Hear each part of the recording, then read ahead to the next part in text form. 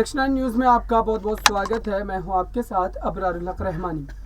महाराष्ट्र की सियासत में इस वक्त जो है सबकी नज़रें कोर्ट के फैसले पर बनी है, लेकिन कोर्ट के फैसले के आने के बाद ये बात जो है एक तरीके से संकेत के तौर पर कही जा रही है कि दरअसल एकनाथ शिंदे का उसके बाद अगला कदम क्या होगा।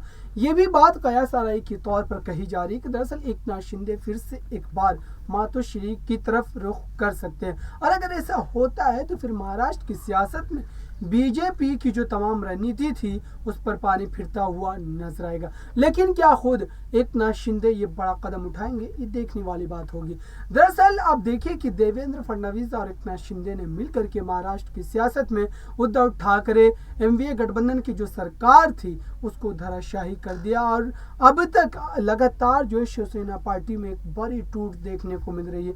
आए दिन एक पर एक नेता जो है वो पार्टी को छोड़ करके एकनाथ शिंदे गुट में शामिल होता जा रहा है। ऐसे में कोर्ट के फैसले का इंतजार लगातार किया जा रहा है, और ये उम्मीदें भी जतलाई जा रही कि हो सकता है कि कोर्ट के फैसले के बाद जब एकनाथ शिंदे को अपना सियासी भविष्य जो है वो अंधेरे में नजर आए, उसके बाद वो मातोश्री की तरफ फिर से एक बार देख सकते हैं और रुख कर सकते हैं। क्योंकि एकनाथ शिंदे बीजेपी में इसलिए भी नहीं जाना चाहेंगे क्योंकि बीजेपी में जाने का मतलब है कि अपने उस बड़े मकसद से समझौता करना जो उन्होंने शिवसेना पार्टी से बड़ी बगावत के बाद सोच रखा है। हालांकि जब वो इस बगावती सुर को अपना रहे थे और जब उनकी तरफ से तमाम सारी बातें जो निकल करके सामने आ रही थी, उस समय भी रश्मि ठाकरे के द्वारा काफ़ी प्रयास किए गए थे कि उनको किसी भी तरीके से पार्टी में बनाए रखा जाए, लेकिन उन्होंने अपने मकसद को आगे रखा और पार्टी से बगावत की।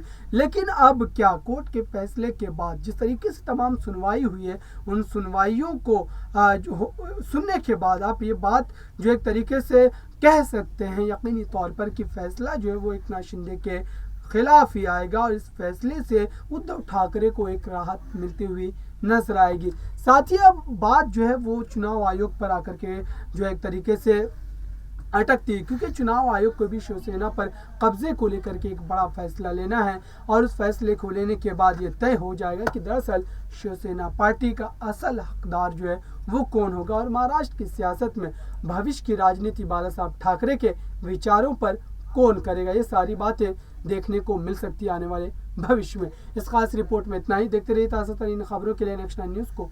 धन्यवाद।